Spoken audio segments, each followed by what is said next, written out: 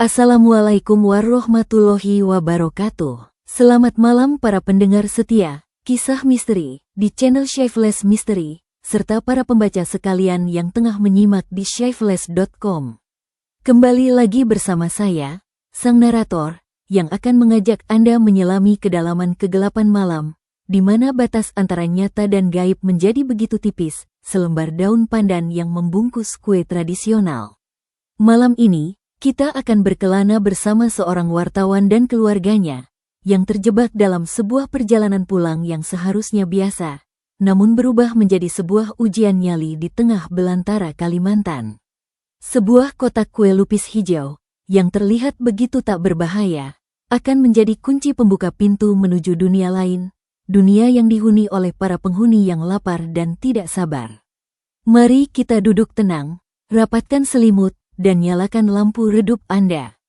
Karena kisah yang akan Anda dengar sekarang, bukan sekadar cerita. Ini adalah sebuah peringatan, yang terbawa oleh angin malam dari Jalan Trans Kalimantan. Selamat mendengarkan, dan semoga Anda tidak pernah membawa oleh-oleh yang salah di waktu yang salah. Langit kota Banjarmasin mulai dicat dengan sapuan kuas jingga keemasan saat senja mulai merayap perlahan, menandai akhir dari sebuah hari yang penuh keceriaan. Di dalam sebuah rumah yang hangat dan penuh tawa, Riana, seorang wartawan dari sebuah media terkemuka di Jakarta yang sedang bertugas di Kalimantan Tengah, menatap kalender gantung di dinding. Sebuah lingkaran merah menandai tanggal besok, hari kepulangan mereka ke Palangkaraya setelah seminggu penuh merayakan kemenangan dan kebersamaan Lebaran 2026 bersama keluarga besar suaminya.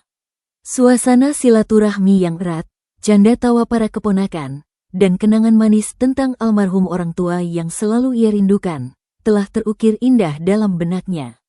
Namun, di balik lapisan kebahagiaan itu, ada sebuah benalu kegelisahan yang merambat perlahan di hatinya, sebuah perasaan tidak nyaman yang berakar dari cerita-cerita lama yang diwariskan turun-temurun, pesan-pesan yang seringkali dianggap sebagai tahayul oleh generasi modern. Di ruang tamu yang luas, meja yang tadinya dipenuhi hidangan lebaran kini menyisakan piring-piring kotor dan sisa-sisa kelezatan. Aroma opor ayam yang kaya rempah dan kari kambing yang gurih masih tercium samar di udara, meski perlahan mulai takluk oleh aroma wangi dupa yang dibakar sang kakak ipar. Di sudut meja, sebuah rantang aluminium berisi kue lupis hijau nan memikat tergeletak cantik. Setiap potongan kue ketan yang kenyal itu dibalut sempurna oleh parutan kelapa putih yang segar, lalu disiram dengan gula merah cair yang kental dan mengkilap. Sebuah pemandangan yang membangkitkan selera, namun bagi Riana, pemandangan itu justru menjadi sumber dari kegelisahannya yang semakin menjadi-jadi. "Dik, lupisnya sudah saya bungkus rapi ya," katanya si Aldo suka banget, "jadi saya bawain banyak sekalian buat stok di Palangkaraya," ujar kakak iparnya, Mbak Siti, dengan senyum ramah. Ia menyodorkan sebuah bungkusan plastik transparan besar yang memperlihatkan tumpukan kue hijau tersebut, terlihat menggoda di bawah cahaya lampu ruang tamu.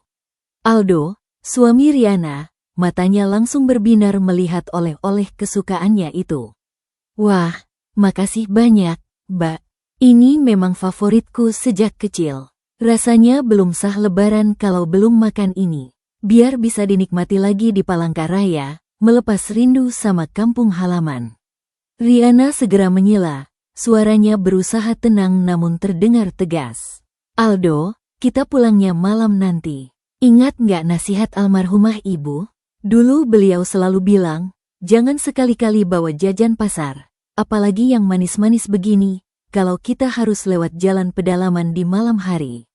Aldo hanya menghela napas. Sebuah senyum kecut mengembang di wajahnya yang tampan. "Ri, itu cuma mitos. Tahayul yang gak perlu dipercaya. Sepanjang hidupku bolak-balik Banjarmasin Palangkaraya, baik siang ataupun malam, gak pernah sekalipun ada apa-apa. Jalan itu cuma jalan aspal biasa." Percakapan singkat itu memicu diskusi yang lebih hangat di antara keluarga yang masih duduk bersantai. Sepupu Riana yang lain, seorang pria parubaya yang tinggal di pedalaman, ikut nimbrung. "Iya, Mas Aldo, dengarlah nasihat istri kamu. Di sini itu ada aturannya. Kalau memang mau bawa, ya dilempar sedikit ke jalan sambil bilang, "Datuk, kami berbagi wadai. Kami mohon izin lewat, jangan diganggu." Itu cara yang aman. Tapi menurutku, lebih baik jangan bawa sama sekali. Toh, beli di Palangkaraya juga ada. Aldo menggeleng kepala, sikapnya yang logis dan kritis sebagai seorang wartawan membuatnya ngotot. Ia selalu mencari bukti empiris sebelum mempercayai sesuatu. Kita hidup di zaman modern, guys. Mari kita percaya pada hal-hal yang nyata dan bisa dijelaskan secara ilmiah. Ini cuma kue, terbuat dari ketan, kelapa, dan gula. Masa iya makhluk halus doyan lupis? Mungkin mereka lebih suka steak, candanya, berusaha meredakan ketegangan yang mulai terasa. Riana memandang dalam-dalam mata suaminya. Di balik ketegasan dan sikap skeptisnya, ia tahu Aldo hanya ingin membawa sebuah oleh-oleh kesukaan, sebuah penghubung rasa dan kenangan rumah dari Banjarmasin ke Palangkaraya, kota tempat mereka tinggal saat ini. Hatinya luluh, meski naluri sebagai seorang yang memiliki indera keenam dan ingatan akan pesan almarhumah ibunya berteriak keras di kepalanya. Akhirnya, dengan perasaan campur aduk antara jengkel, cemas, dan sedikit pasrah, ia mengangguk pelan. Kue lupis itu akhirnya ikut dibawa, ditaruh dengan hati-hati di bagasi belakang mobil Toyota Rush mereka, bersama koper dan oleh-oleh lainnya yang tak kalah banyaknya. Malam pun tiba dengan cepat. Setelah berpamitan panjang dengan sanak famili, doa bersama, dan saling memaafkan, keluarga kecil itu, Riana, Aldo, dan putri sematawayang mereka yang berusia 7 tahun, Ara, pun meluncur ke dalam gulita malam Kalimantan. Ara sudah terlelap pulas di kursi belakang, ditemani boneka kesayangannya dan sebuah earphone yang memutar lagu-lagu anak. Aldo yang pertama kali menyetir, semangatnya masih terlihat jelas. Sementara Riana duduk di sampingnya, matanya sesekali menatap kegelapan pekat di balik kaca depan, seolah mencari bayangan-bayangan yang tak diundang yang mungkin saja bersembunyi di sana. Mobil melaju dengan mulus, meninggalkan keramaian dan cahaya kota Banjarmasin. Perlahan namun pasti, mereka memasuki jalan Trans Kalimantan yang mulai sepi. Pepohonan tinggi dan rindang di sisi kiri dan kanan jalan berdiri seperti para raksasa yang sedang berjaga. Bayangan mereka memanjang mengerikan di bawah sorotan lampu mobil. Suara jangkrik dan kehidupan malam hutan mulai menggantikan suara klakson dan musik dari kota. Riana menarik napas dalam-dalam, mencoba menenangkan dirinya. Perjalanan panjang selama 8 jam mengancam di depan mata. Dan di suatu tempat di bagasi belakang, sekotak kue lupis hijau yang tampak tak berbahaya itu, seolah mulai memancarkan getaran aneh yang hanya bisa dirasakannya, sebuah panggilan dari dunia lain.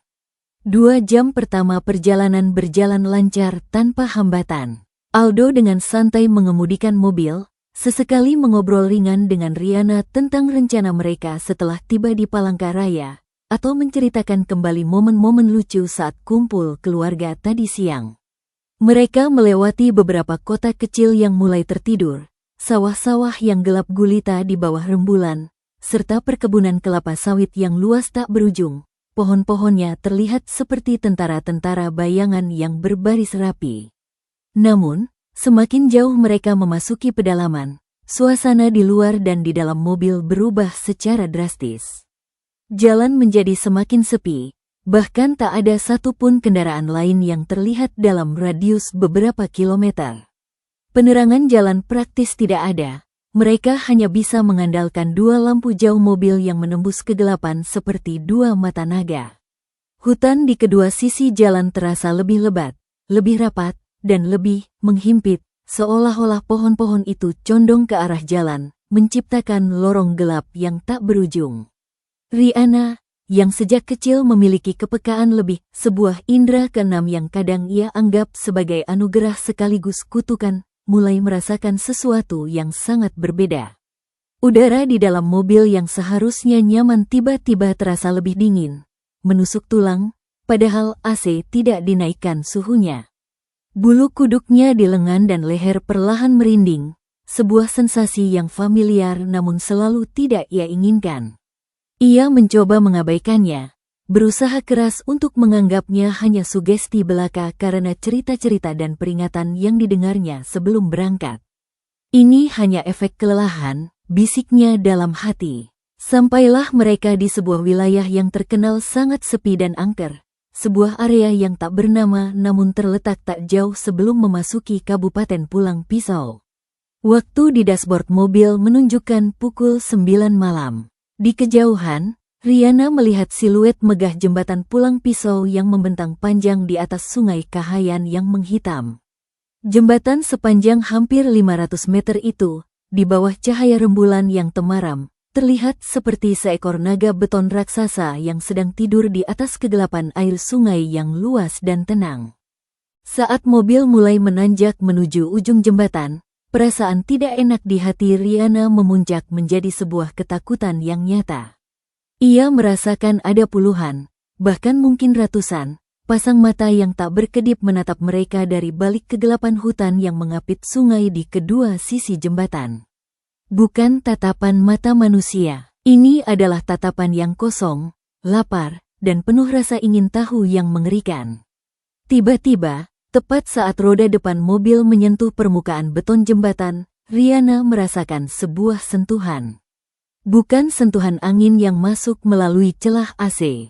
Itu adalah sentuhan yang padat dan nyata, seperti sebuah tangan manusia yang dingin dan kasar, menepuk lengan kanannya dengan cepat.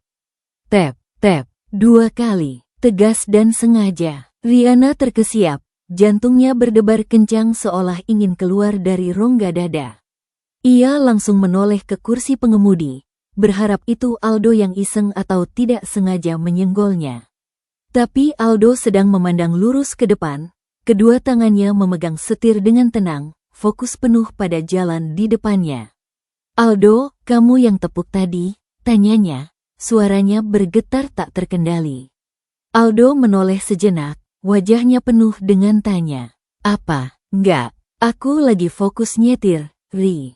"Kenapa emangnya? Ada yang menggigit kamu?" Sebelum Riana sempat menjawab, sentuhan itu datang lagi. Kali ini di pundak kirinya. Tap, lebih keras dan lebih lama. Riana menjerit kecil, suaranya tercekat di tenggorokan. Ia memutar tubuhnya dengan cepat, melihat ke kursi belakang. Ara masih tidur pulas dengan mulut sedikit terbuka, tidak ada siapa-siapa di sana. Tapi ia merasakan kehadiran mereka. Sangat jelas, seperti ada banyak orang yang tiba-tiba memenuhi setiap inci ruang di dalam mobil. Udara menjadi beku, suara angin di luar dan deru mesin mobil seolah menghilang, digantikan oleh bisikan-bisikan samar yang tak bisa ditangkap kata-katanya, hanya desisan yang membuat tulang belakang Riana merinding. "Aldo, stop mobil," pinta Riana, napasnya tersengal-sengal, matanya membelalak ketakutan. Aldo, yang kini melihat wajah pucat pasi dan ketakutan luar biasa yang menghiasi wajah istrinya, tanpa banyak tanya segera menepikan mobil di bahu jembatan yang sepi dan gelap. Lampu hazard berkedip-kedip, menyinari sebagian kecil kegelapan di atas sungai yang dalam dan sunyi. "Ri, apa yang terjadi? Kamu sakit atau melihat sesuatu?" tanya Aldo dengan suara khawatir. Ia memegang lengan istrinya yang terasa kaku dan dingin. Riana menggigil, ia menatap kosong ke depan, lalu perlahan menoleh ke arah bagasi belakang. Mereka mau kue itu, Aldo. Mereka datang karena kue lupis yang kita bawa." Aldo terdiam sejenak, memandangi istrinya yang gemetar hebat. Di matanya, terjadi pertarungan sengit antara logika yang telah ia pegang teguh selama ini dengan kenyataan yang ia lihat. Seorang wanita kuat, seorang wartawan tangguh yang tak kenal takut, kini hancur oleh ketakutan akan sesuatu yang tak kasat mata. Namun, cinta dan kekhawatiran yang mendalam pada istri dan anaknya, akhirnya mengalahkan keraguannya yang membandel. Oke, tenang, ucap Aldo, berusaha menenangkan dirinya sendiri dan Riana. "Apa yang harus kita lakukan sekarang? Katakan padaku, Ri." Riana menarik napas dalam-dalam, berusaha mengumpulkan sisa keberanian yang tersisa. Ingatannya melayang pada pesan sepupunya tadi siang. Kita harus berbagi. Sekarang, di sini, di atas jembatan ini, dengan tangan yang masih gemetar tak terkendali, Rihanna membuka pintu mobil. Angin malam yang dingin dan berembus kencang di atas jembatan langsung menyambutnya, hampir saja menjatuhkannya ke aspal yang dingin. Aldo segera mengikutinya, berdiri di samping istrinya, sedikit melindunginya dari hembusan angin yang terasa menusuk. Rihanna membuka bagasi belakang mobil. Kotak kue lupis hijau itu tergeletak di sana, dan dalam pandangan Rihanna yang peka, kotak itu seolah memancarkan aura hijau pucat yang samar dan menyeramkan. Ia mengambil kotak itu dengan ragu, lalu berjalan beberapa langkah menjauhi mobil, mendekati pinggir pagar jembatan. Di bawahnya, Sungai Kahayan mengalir gelap dan sunyi, airnya yang hitam pekat seolah menyimpan ribuan rahasia. Ia membuka tutup kotak plastik itu, dan aroma pandan yang semestinya harum dan segar, tercium aneh di hidungnya, seperti sudah basi dan tercampur dengan bau tanah yang lembab. Dengan hati berdebar kencang, ia mengambil segenggam kue lupis beserta kelapa parutnya. Untuk kalian, bisiknya, suaranya nyaris hilang tertiup angin. Lalu, dengan suara yang lebih lantang dan berusaha tegar, ia ucapkan mantra yang diajarkan keluarganya sejak kecil, datuk-datuk, penghuni alam seberang, kami cuma manusia biasa yang mau lewat. Ini kami berbagi wadai. Kami mohon, jangan diganggu, ya. Izinkan kami pulang dengan selamat. Dilemparkannya segenggam kue lupis itu ke atas, ke arah kegelapan di luar jembatan. Kue itu menghilang dari pandangan dalam sekejap, seolah ditelan oleh malam yang pekat. Anehnya, begitu kue itu meninggalkan tangannya, Rihanna merasakan tekanan di sekelilingnya berkurang sedikit. Udara yang beku mulai menghangat kembali, dan bisikan-bisikan itu mereda, meskipun tidak sepenuhnya hilang. Cukup, tanya Aldo, yang memperhatikan ritual istrinya dengan perasaan campur aduk antara tidak percaya dan ngeri yang tak terlukiskan. Untuk sementara, jawab Rihanna singkat, matanya masih waspada mengamati sekeliling. Ia menutup kembali kotak kue itu. Masih banyak tersisa di dalamnya. Mungkin sekitar 3/4 bagian. Ayo kita ganti nyetir. Aku yang nyetir dulu. Kamu istirahat. Aku merasa lebih tenang kalau aku yang pegang kendali. Mereka kembali ke mobil. Kali ini, Rihanna duduk di kursi pengemudi. Tangan yang menggenggam setir masih terasa dingin dan basah oleh keringat. Ia menyalakan mesin, menarik napas panjang, dan berdoa dalam hati dengan sepenuh jiwa. Ia meminta perlindungan pada Yang Maha Kuasa, meminta agar perjalanan mereka dilancarkan dan dilindungi dari segala gangguan. Mobil kembali melaju, meninggalkan jembatan pulang pisau yang kini terasa lebih menakutkan. Rihanna memusatkan seluruh konsentrasinya pada jalan di depannya, matanya menelisik setiap bayangan yang mungkin muncul. Namun, saat ia tidak lagi menjadi penumpang pasif, justru, pemandangan di luar sana menjadi lebih jelas dan lebih mengerikan. Indra keenamnya, yang seperti sebuah layar kaca yang biasanya redup, kini terang benderang dengan gambar-gambar yang tak pernah ia inginkan untuk lihat. Di sepanjang jalan yang gelap gulita, Rihanna mulai melihat mereka dengan jelas. Mereka bukan lagi bayangan hitam yang stereotip. Beberapa terlihat seperti siluet manusia biasa, namun dengan proporsi tubuh yang salah, terlalu tinggi dan kurus kering, lengan yang terlalu panjang, atau kepala yang miring dengan cara yang tidak wajar. Mereka berdiri di pinggir jalan, di antara pepohonan yang rindang, atau bahkan kadang-kadang terlihat duduk di atap gubuk-gubuk reot yang mereka lewati. Wajah-wajah mereka samar, kabur seperti asap, tetapi Rihanna bisa merasakan tatapan mereka yang kosong dan tanpa ekspresi, tertuju pada mobilnya, atau lebih tepatnya, pada bagasi mobil yang menyimpan sisa-sisa sesaji. Beberapa di antaranya bahkan terlihat mengikuti mobil mereka. Figur-figur bayangan itu melayang di samping mobil, sejajar dengan jendela, seolah berlari dengan kecepatan yang tidak mungkin bagi manusia biasa. Rihanna berusaha untuk tidak menatap langsung. Ia tahu dari pengalaman kecil di masa lalu bahwa menatap mereka adalah sebuah undangan. Tetapi ia tahu mereka ada di sana, sangat dekat. Suara bisikan kembali muncul di kepalanya. Kali ini lebih jelas, seperti banyak orang yang sedang bergumam bersamaan, meminta sesuatu dengan nada yang mendesak. Wadai, wadai hijau, bagi, kami lapar, berikan kami. Manis, kami mau yang manis. Rihanna menggigit bibirnya hingga nyaris berdarah, mencoba menahan rasa takutnya yang memuncak. Tangannya mencengkeram setir dengan kencang, buku-buku jarinya memutih karena tekanan. Ia memandang lurus ke depan, berusaha mengabaikan penumpang tak diundang yang mengepung mobilnya di luar kaca. Ia terus-menerus berdoa dalam hati, mengulang-ulang kalimat-kalimat permohonan dan perlindungan yang ia hafal. Aldo, yang duduk di sampingnya, tampak tertidur dengan kepala bersandar di jendela. Atau mungkin ia hanya pura-pura tidur. Rihanna tidak yakin. Ia melihat wajah suaminya yang terlihat tegang, matanya tertutup rapat, tetapi kelopak matanya berkedut-kedut dengan cepat. Ia tahu Aldo merasakan sesuatu yang tidak beres, atmosfer yang mengerikan di dalam mobil, tetapi ia memilih untuk diam. Mungkin karena tidak tahu harus berkata apa, atau terlalu takut untuk memperparah keadaan yang sudah mencekam ini. Tiba-tiba, di tengah jalan yang lurus dan sepi, sebuah figur muncul tepat di depan mobil, hanya sekitar 50 meter di depan mereka. Figur ini berbeda dari yang lain. Ia lebih jelas, lebih padat. Berwujud seorang wanita tua, mengenakan baju kebaya lusuh berwarna krem yang sudah kumal. Rambutnya terurai panjang dan kusut menutupi sebagian wajahnya. Wanita itu berdiri tepat di tengah jalur mobil mereka, menatap langsung ke arah Rihanna dengan pandangan yang menusuk. Sebuah senyum tipis dan aneh terukir di wajahnya yang pucat, namun matanya hampa dan gelap seperti dua lubang tanpa dasar. Rihanna menjerit dan secara refleks membanting setir ke kiri dengan sekuat tenaga.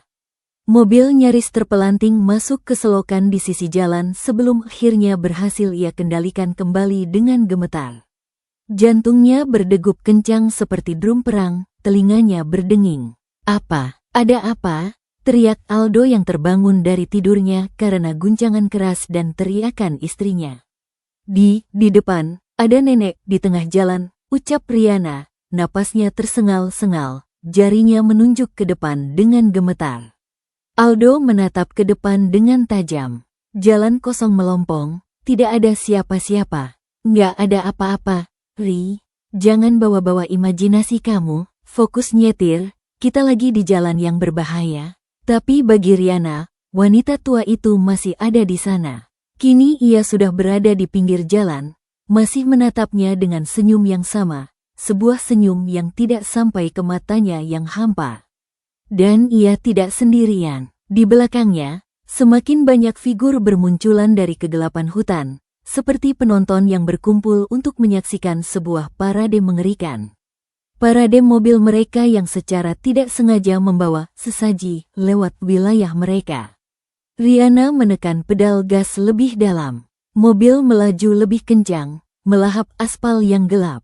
Ia harus keluar dari wilayah ini. Ia harus mencapai area yang lebih ramai. Meskipun dalam definisi pedalaman Kalimantan, ramai mungkin hanya berarti ada satu atau dua rumah dengan lampu yang menyala. Kejadian demi kejadian kecil terus meneror mereka. Suara ketukan tajam di kaca jendela samping. Bayangan hitam yang melintas dengan cepat di kaca spion.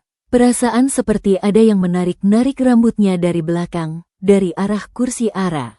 Suara tawa cekikikan anak-anak yang jernih namun seram yang berasal dari kursi belakang. Padahal ia yakin Ara masih tidur pulas dengan earphone-nya masih menempel di telinga. Keringat dingin membasahi seluruh tubuh Rihanna. 2 jam perjalanan terasa seperti sebuah perjalanan tanpa akhir di tengah malam berdarah. Dan mereka bahkan belum sampai separuh jalan. Perjalanan pulang yang seharusnya membahagiakan, telah berubah menjadi sebuah neraca hidup dan mati. Setelah melalui sebuah jalan berliku yang menanjak dan menurun, mereka memasuki wilayah yang relatif lebih terbuka, sebuah area datar yang menandai mereka sudah mendekati desa Tumbang Nusa. Riana merasa kehadiran mereka sedikit berkurang intensitasnya, atau mungkin ia yang sudah mulai kebal dengan teror yang terus-menerus. Namun, kelelahan fisik dan mental yang luar biasa mulai menghampirinya. Tangannya gemetar, matanya terasa perih menatap kegelapan yang tak berujung di depan. "Aldo, aku lelah. Gantian, ya," pinta Riana, suaranya lirih dan penuh kepayahan. Aldo mengangguk, wajahnya masih pucat dan ketakutan. Mereka menepi di sebuah area yang agak luas di bahu jalan, mungkin bekas tempat pemberhentian truk atau kendaraan besar lainnya. Proses ganti pengemudi dilakukan dalam diam yang tebal, penuh dengan ketegangan. Riana turun dari mobil, angin malam yang dingin langsung menyentuh kulitnya yang berkeringat dingin. Ia melihat ke sekeliling. Hutan di sekeliling mereka terlihat diam, terlalu diam. Seolah semua makhluk hidup di dalamnya menahan napas, menyaksikan sebuah drama yang tidak seharusnya mereka lihat. Saat Aldo duduk di kursi pengemudi dan memegang setir, Riana melihat ada perubahan kecil namun signifikan pada suaminya. Tatapannya yang biasanya hangat dan penuh cinta, kini terlihat kosong dan sangat jauh. Ia menyalakan mobil dan langsung melaju dengan kencang, jauh lebih kencang dari biasanya, bahkan untuk ukuran Aldo yang suka ngebut. "Aldo, pelan-pelan, jalan gelap dan banyak tikungan," ingat Riana, merasakan kecemasan baru yang mulai menyergapnya. "Aku nggak ngebut," jawab Aldo dengan suara yang datar dan monoton, matanya tetap lurus ke depan tanpa berkedip. Tapi Riana melihat ke speedometer, jarumnya menunjukkan angka 110 km per jam, sebuah kecepatan yang sangat berbahaya untuk jalan pedalaman yang berliku dan gelap seperti ini. "Aldo, serius, pelan. Ini bahaya untuk kita dan Ara," Riana membentak. Ketakutan untuk keselamatan mereka kini bercampur dengan ketakutan supranatural yang bahkan lebih mengerikan. "Aku bilang, aku nggak ngebut," balas Aldo, suaranya tiba-tiba keras dan kasar, sebuah nada yang sangat jarang sekali ia gunakan pada Riana. Mereka mau kita cepat pergi dari sini. Mereka bilang, lekaslah, berikan sisanya, jangan tunda-tunda lagi." Riana membeku. Darahnya seolah membeku di nadinya. "Apa? Siapa yang bilang? Siapa? Mereka itu?" Aldo tidak menjawab. Ia hanya terus melaju, melewati tikungan-tikungan tajam dengan nyaris tanpa mengurangi kecepatan sedikitpun. Mobil oleng ke kanan dan kiri, ban berdecit keras di aspal. Ara terbangun di kursi belakang, menangis ketakutan karena guncangan yang keras.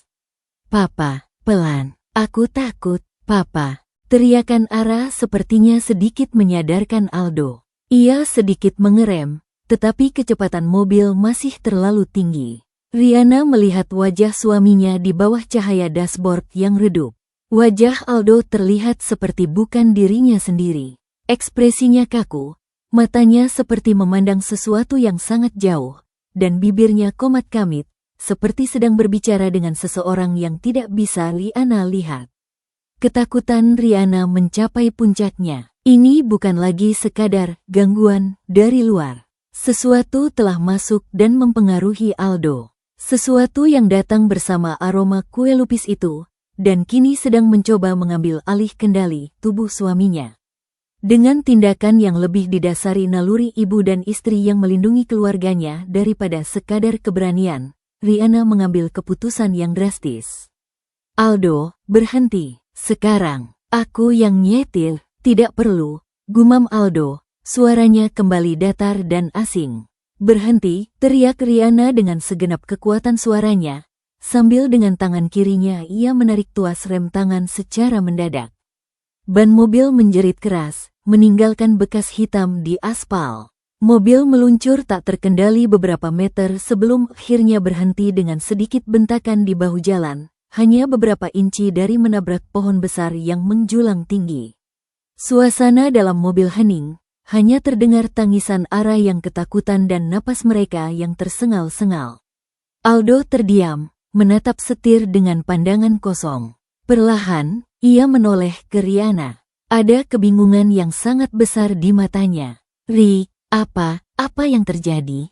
Kenapa kita berhenti? Apa aku hampir nabrak pohon?" Riana menatap dalam-dalam ke dalam mata suaminya. Ia melihat Aldo yang sebenarnya telah kembali. Namun, wajahnya tampak sangat lelah, pucat, dan ketakutan. Ia tahu Aldo merasakan atau mengalami sesuatu yang mengerikan, meski mungkin tidak sepenuhnya sadar apa yang telah terjadi pada dirinya. "Gak apa-apa," kata Riana, berusaha tenang meski hatinya masih berdegup kencang. "Kamu kecapean, mungkin ngantuk berat. Aku aja yang nyetir sampai Palangkaraya. Kamu istirahat saja." Kali ini, Aldo tidak membantah. Ia hanya mengangguk lemas, lalu dengan langkah gontai ia pindah ke kursi penumpang. Riana kembali mengambil alih kemudi. Tapi sebelum melaju, matanya menatap ke kotak kue lupis di bagasi melalui kaca spion bagian dalam. Masih ada sekitar setengahnya. Mereka harus membuang sisanya, semuanya, sebelum sesuatu yang lebih buruk, yang tidak bisa mereka kendalikan, terjadi. Perjalanan dilanjutkan kembali dengan Riana untuk ketiga kalinya di belakang kemudi. Aldo terdiam di sampingnya, kepalanya bersandar di jendela, matanya terbuka tapi kosong, seolah jiwanya masih tertinggal di beberapa kilometer yang lalu. Ara sudah kembali tertidur, kelelahan karena ketakutan dan tangisannya yang tadi. Suasana di dalam mobil penuh dengan ketegangan yang nyaris bisa dipegang, begitu kental dan berat. Riana melaju dengan kecepatan sedang, berusaha tetap tenang dan fokus. Namun, mereka belum pergi. Kehadiran mereka justru terasa lebih kuat, lebih mendesak, dan lebih marah. Seolah-olah penundaan dan upaya mereka untuk menahan sesaji telah membuat para penghuni alam lain itu semakin penasaran atau semakin lapar akan apa yang mereka bawa. Figur-figur di pinggir jalan tidak lagi hanya berdiri diam dan menatap. Mereka sekarang secara aktif mengikuti. Beberapa berjalan dengan gerakan kaku dan tidak wajar, beberapa merayap dengan gerakan aneh seperti laba-laba, dan beberapa bahkan terlihat melayang rendah di atas tanah, mengikuti kecepatan mobil dengan mudah. Jumlah mereka semakin banyak, seperti sebuah prosesi atau iring-iringan arak-arakan yang kelam dan mengerikan yang mengikuti mobil mereka dari belakang dan samping. Bisikan-bisikan itu kini bukan lagi gumaman yang samar. Riana bisa mendengar kata-kata mereka dengan jelas, meski suaranya seperti berasal dari dalam sebuah sumur yang sangat dalam dan berdengung. "Berikan, itu milik kami, jangan pelit, manusia kecil. Rasanya manis, kami mau. Berikan sekarang, atau kami ambil semuanya." Riana terus berdoa dalam hati, air mata mengalir deras di pipinya tanpa suara. Ia merasa seperti sedang mengemudi di dalam sebuah terowongan mimpi buruk yang tidak memiliki ujung, dikelilingi oleh para entitas yang hanya menunggu momen terlemahnya untuk menyergap dan mengambil apa yang mereka inginkan. Tiba-tiba, lampu depan mobil menyorot sebuah figur yang berdiri tegap tepat di tengah jalan, sekitar 100 meter di depan mereka. Figur ini sangat berbeda dari yang lain. Ia lebih besar, lebih gelap, dan memancarkan aura otoritas yang sangat kuat, membuat semua figur lain di sekelilingnya seakan-akan membungkuk hormat atau menjauh takut. Figur itu seperti seorang laki-laki tua yang berbadan besar dan tegap, memakai semacam penutup kepala tradisional yang terlihat usang. Wajahnya tidak terlihat jelas, tertutup oleh bayangan, tetapi sepasang mata merah menyala terpancar dengan jelas dari balik kegelapan wajahnya, seperti dua bara api yang menyala di malam yang gelap. Ia tidak bergerak sedikit pun, hanya berdiri menghadang jalan, seolah menantang mobil untuk menabraknya atau berhenti di depannya. Riana tahu, ini adalah pemimpin mereka, atau setidaknya, salah satu dari mereka yang memiliki kekuatan dan hierarki lebih tinggi. Dan ia menginginkan kue itu, semuanya, tanpa sisa. Dengan jantung yang berdebar kencang seperti palu godam, Riana perlahan mengurangi kecepatan mobil. Ia tidak berani menabrak sosok itu, nalurinya mengatakan itu akan menjadi akhir yang buruk. Ia juga tidak berhenti sepenuhnya, takut akan dianggap sebagai sebuah tantangan. Ia hanya melaju pelan, mendekati figur besar yang menakutkan itu. Saat jarak antara mobil dan figur itu semakin dekat, figur besar itu perlahan mengangkat satu tangannya yang besar dan kekar, telapak tangan terbuka, menghadap ke atas. Sebuah permintaan yang sangat jelas. Sebuah perintah. Ini adalah puncak dari semua teror. Mereka tidak bisa lagi menghindar, tidak bisa lagi menawar. Ini adalah saat di mana semuanya harus diputuskan. Rihanna melihat ke arah Aldo. Suaminya tampak pucat pasi, menatap figur di depan dengan mata membelalak sepenuhnya sadar akan kehadirannya yang mengerikan sekarang. Ia melihat ketakutan murni di mata Aldo, sebuah ketakutan yang melampaui logika, rasionalitas, dan semua pemahaman yang ia pegang selama ini. Kita harus berikan semuanya, Aldo, bisik Rihanna, suaranya parau dan penuh ketakutan. Sekarang, atau kita tidak akan pernah bisa meninggalkan tempat ini. Aldo hanya bisa mengangguk pelan, lidahnya seperti terkunci, tidak bisa mengeluarkan sepatah kata pun. Rihanna menghentikan mobil sepenuhnya, sekitar 20 meter dari figur besar itu. Lampu mobil tetap menyala terang, menyorotnya dan membuat siluetnya yang sudah menakutkan terlihat semakin gelap dan mengintimidasi. Figur-figur lain yang mengikuti mereka kini telah mengelilingi mobil, membentuk sebuah lingkaran sempurna di tengah jalan yang sunyi. Mereka diam sekarang, menunggu dengan sabar, seperti serigala yang mengelilingi mangsanya. Dengan tangan yang gemetar hebat, Rihanna membuka pintu mobil. Udara di luar terasa sangat dingin, jauh lebih dingin dari sebelumnya, menusuk hingga ke tulang sumsum. Ia berjalan ke bagasi belakang. Kakinya terasa sangat berat, seolah dijejali timah. Aldo mengikutinya, berdiri di samping istrinya, memberikan dukungan fisik meski wajahnya masih dipenuhi kengerian yang tak terkatakan. Rihanna mengambil kotak kue lupis yang tersisa. Kotak itu terasa aneh di tangannya, seolah-olah berdenyut dengan energi asing dan dingin. Ia membuka tutupnya. Kue hijau di dalamnya tampak sudah berubah. Warnanya lebih pucat, seperti sudah kehilangan kehidupan dan gizinya. Ia membawa kotak itu ke depan mobil, menghadap ke arah figur besar yang masih berdiri tak bergerak. Figur itu masih berdiri diam, tangannya masih terulur, menunggu. Rihanna menundukkan kepalanya dalam-dalam, bukan sebagai tanda takluk atau menyerah, tetapi sebagai bentuk penghormatan agar mereka tidak tersinggung oleh tindakannya. Lalu, dengan suara yang ia kumpulkan dari dasar jiwanya yang ketakutan, ia berkata dengan lantang dan jelas. Wahai penghuni alam yang kami hormati, kami hanyalah manusia biasa yang sedang dalam perjalanan pulang. Kami tidak bermaksud mengganggu atau melanggar wilayah kekuasaan kalian. Ini semua yang kami punya. Yang tersisa, silakan ambil, dan izinkan kami untuk melanjutkan perjalanan dengan damai. Lindungi kami sampai kami tiba di tujuan kami. Setelah mengucapkan itu, ia tidak melemparkan kuenya seperti sebelumnya. Ia menaruh kotak kue itu dengan hati-hati di tengah jalan, tepat di antara mobil dan figur besar itu. Sebuah persembahan yang diletakkan, bukan dilempar. Lalu, ia mundur perlahan, kembali ke samping Aldo, dan memegang tangan suaminya erat-erat, mencari kehangatan dan kekuatan. Untuk beberapa saat yang terasa seperti abad, tidak ada yang terjadi. Hanya diam yang mencekam, hanya suara angin yang berdesir pelan. Kemudian, figur besar itu bergerak. Ia melangkah maju, langkahnya tidak bersuara sama sekali di atas aspal jalan, seolah melayang. Ia membungkuk, dan dengan gerakan yang hampir elegan dan penuh wibawa, mengambil kotak kue itu. Saat jari-jarinya yang gelap dan besar menyentuh kotak plastik, Rihanna melihat kilatan cahaya hijau pucat yang sangat singkat dan terang. Figur itu berdiri tegak kembali, memegang kotak itu. Ia memandang Rihanna dan Aldo untuk sejenak.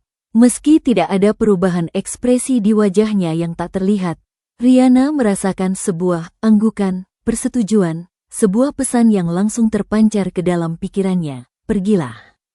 Dan jangan pernah kembali membawa makanan ke sini. Figur besar itu lalu berbalik dan berjalan perlahan meninggalkan jalan, masuk ke dalam kegelapan hutan di sisi kiri jalan, dan menghilang di antara pohon-pohon. Figur-figur lain yang mengelilingi mobil, satu persatu, mulai menghilang juga. Ada yang berjalan mengikuti figur besar, ada yang memudar seperti kabut yang tertiup angin, dan ada yang langsung lenyap begitu saja di hadapan mereka. Dalam hitungan menit, jalan itu kembali sepi. Hanya ada mobil mereka, dan sebuah kotak kue kosong yang terbaring terbalik di tengah jalan. Tekanan di udara, perasaan dingin yang menusuk, dan bisikan-bisikan itu semuanya hilang seketika. Suasana kembali normal, meskipun normalitasnya sekarang terasa sangat rapuh dan fana. Rihanna dan Aldo berdiri di sana untuk beberapa saat, masih memegang tangan satu sama lain, tidak percaya bahwa mimpi buruk itu sudah berakhir. Ayo kita pergi dari sini. Sekarang juga, akhirnya bisik Aldo, suaranya serak dan penuh ketakutan. Mereka kembali ke mobil dengan tergesa-gesa. Kali ini, Aldo yang menyetir. Rihanna terlalu lemas dan syok untuk bisa berkonsentrasi. Mereka melaju dengan cepat, meninggalkan tempat itu, melewati kotak kue kosong di jalan tanpa berani melihatnya lagi. Tidak ada lagi kejadian aneh. Tidak ada figur, tidak ada bisikan, tidak ada sentuhan. Hanya jalan gelap dan sunyi yang membentang di depan mereka, sebuah jalan yang kembali terasa seperti jalan biasa. Sisa perjalanan ke Palangkaraya, sekitar 1,5 jam lagi, dilalui dalam keheningan yang berat dan penuh dengan sisa-sisa ketakutan.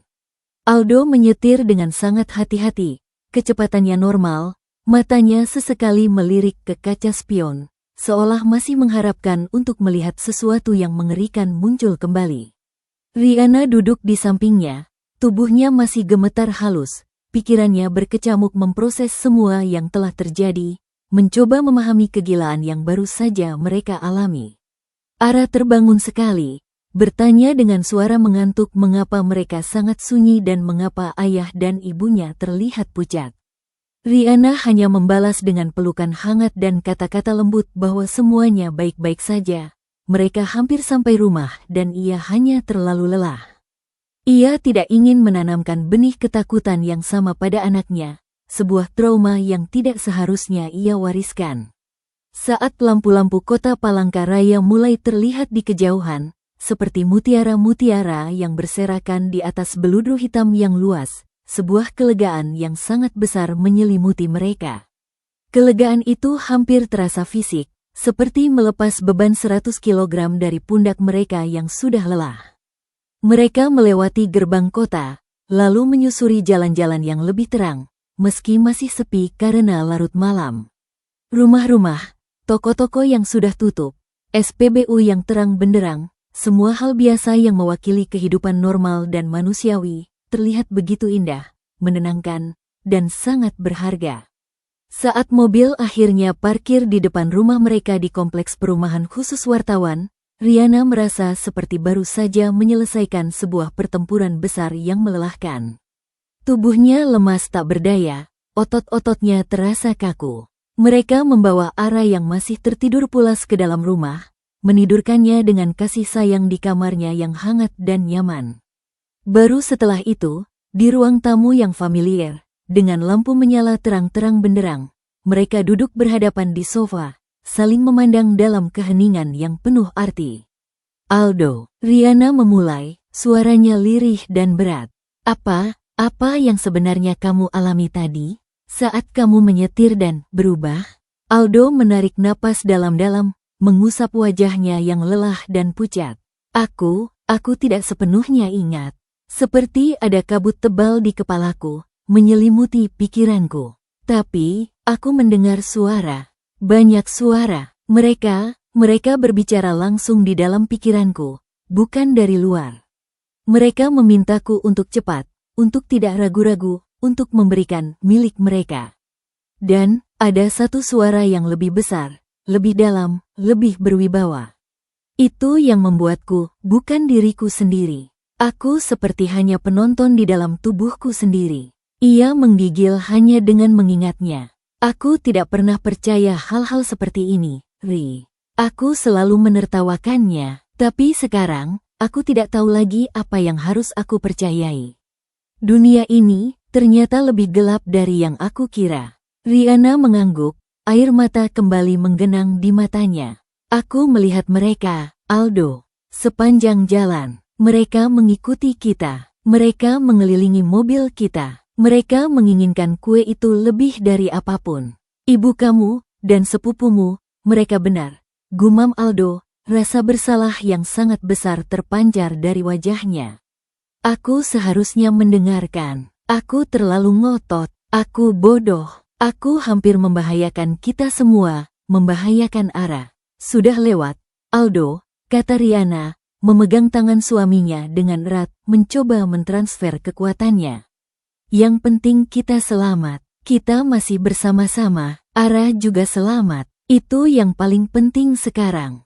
Mereka duduk dalam diam untuk waktu yang lama, berusaha menghangatkan diri dengan kehadiran satu sama lain, mencoba mengusir sisa-sisa dingin dari pengalaman mengerikan di jalan tadi. Tapi mereka tahu, malam itu akan meninggalkan bekas yang tidak akan pernah bisa dihapus.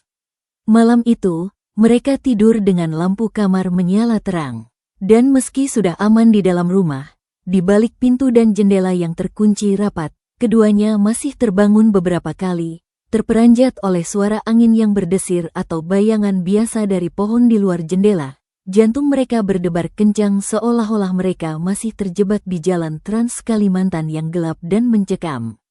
Pengalaman itu telah mengukir luka yang sangat dalam di jiwa mereka. Sebuah pelajaran berharga yang dibayar dengan harga yang sangat mahal. Sebuah teror di tengah malam yang akan mengubah cara mereka memandang dunia selamanya. Pagi harinya, sinar matahari bersinar terang di kota Palangkaraya, mengusir kabut pagi dan sisa-sisa kegelapan malam.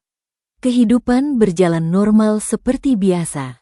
Tetangga menyapa ramah, anak-anak bersepeda di halaman, penjual sayur lewat dengan gerobaknya yang berderak. Dunia tampak biasa saja, aman, dan terprediksi. Tapi bagi Rihanna dan Aldo, dunia itu tidak akan pernah sama lagi. Pengalaman malam itu mengubah mereka secara fundamental. Aldo tidak lagi menjadi orang yang sepenuhnya skeptis dan logis. Ia sekarang mendengarkan dengan saksama ketika Rihanna berbicara tentang firasat atau perasaannya yang aneh.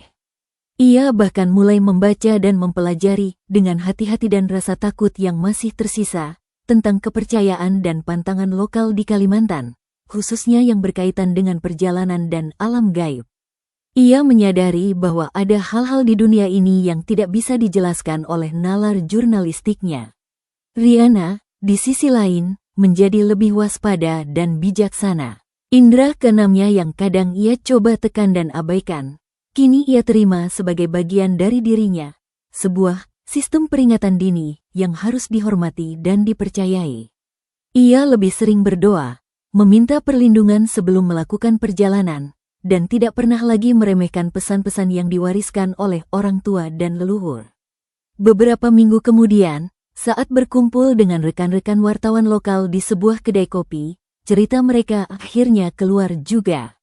Awalnya hanya sebagai obrolan ringan tentang pengalaman aneh di jalan, tetapi karena Rihanna dan Aldo adalah orang-orang yang kredibel, seorang wartawan nasional dari Jakarta dan seorang profesional yang dihormati, cerita itu menyebar dengan cepat di kalangan mereka.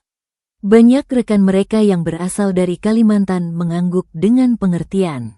Beberapa bahkan berbagi cerita serupa, atau versi yang berbeda dari pantangan yang sama. Jangan membawa makanan tertentu saat berkendara malam di pedalaman. Ada yang menyebutkan lemang, ada yang apem, ada yang telur asin, atau bahkan durian. Intinya selalu sama, jangan membawa makanan yang bisa dianggap sebagai sesaji atau makanan yang disukai penghuni lain. Kalian beruntung hanya diminta kuenya, kata seorang rekan senior asal suku Banjar, wajahnya serius. Ada cerita yang lebih seram, di mana mobilnya sampai mogok tiba-tiba di tengah hutan, atau penumpangnya sakit misterius yang tidak bisa diobati, sampai makanan itu dipersembahkan dengan cara yang benar. Kalian sudah diingatkan dengan cara yang relatif ringan. Mendengar itu, Rihanna hanya bisa menggigil dan bersyukur dalam hati. Mereka benar-benar dilindungi. Pengalaman itu juga membuat mereka membuat sebuah sumpah, sebuah janji kepada diri sendiri dan kepada alam yang tidak akan pernah mereka langgar untuk selamanya. Aku kapok, Aldo, ucap Riana suatu malam, saat mereka duduk di teras belakang rumah, menatap bintang-bintang yang cerah. Aku tidak akan pernah, seumur hidupku, membawa jajanan pasar seperti itu saat kita harus berkendara malam hari di jalan Trans Kalimantan. Atau jalan pedalaman manapun di pulau ini. Aldo memegang bahu istrinya, menariknya mendekat dalam pelukan yang hangat. Aku juga, bahkan untuk perjalanan siang hari sekalipun, aku akan berpikir 2 kali sebelum membawa jenis makanan tertentu. Itu bukan tahayul, Ri. Setelah apa yang kita alami, itu nyata. Itu adalah aturan yang tidak kita pahami, tetapi harus kita hormati. Ini adalah dunia mereka, kita hanya tamu. Kini, setiap kali mereka akan melakukan perjalanan mudik atau dinas keluar kota, persiapan mereka tidak hanya mencakup bahan bakar yang penuh, ban serep, dan bekal makanan yang aman. Ada satu checklist tambahan yang selalu mereka ingat, tidak membawa makanan pantangan. Kisah horor di Jalan Trans Kalimantan itu mungkin telah berakhir, tetapi ingatannya akan tetap hidup selamanya dalam benak mereka. Ia menjadi cerita pengantar tidur yang mengerikan di antara para sopir truk jarak jauh, sebuah peringatan yang dibisikkan dari mulut ke mulut di keluarga-keluarga Kalimantan, dan sebuah trauma personal yang membentuk cara Riana dan Aldo memandang dunia dan alam sekitar mereka. Dunia ini, menurut mereka, tidak hanya dihuni oleh yang terlihat dan bisa diukur. Ada lapisan lain, penghuni lain, dengan aturan dan keinginannya sendiri. Dan kadang-kadang, hanya dengan secuil kue lupis hijau yang tampak tak berbahaya, tirai pemisah antara dunia itu bisa terbuka, membawa manusia ke dalam sebuah malam penuh teror yang tak pernah ingin mereka ulangi untuk kedua kalinya. Mereka selamat, mereka belajar, dan mereka akan terus berkendara di malam hari jika diperlukan. Tapi satu hal yang pasti, bagasi mobil mereka akan selalu, bebas dari kue lupis, lemang, apem, atau sesaji makanan lainnya. Beberapa pelajaran, sekali dipelajari dengan cara yang sangat keras dan menakutkan, tidak akan pernah terlupakan. Terima kasih kepada Anda para pendengar setia, kisah misteri, di channel Shaifless Mystery, serta para pembaca yang telah menyimak hingga akhir di shaifless.com. Semoga kisah malam ini memberikan kita semua sebuah pelajaran berharga untuk selalu menghormati apa yang tidak kita lihat. Jika Anda menyukai kisah ini, jangan lupa untuk memberikan dukungan kepada kami dengan cara menekan tombol like, menulis komentar, dan membagikan video ini kepada teman-teman Anda. Dukungan Anda adalah energi kami untuk terus bercerita. Sampai jumpa lagi di episode Kisah Misteri berikutnya. Wassalamualaikum warahmatullahi wabarakatuh.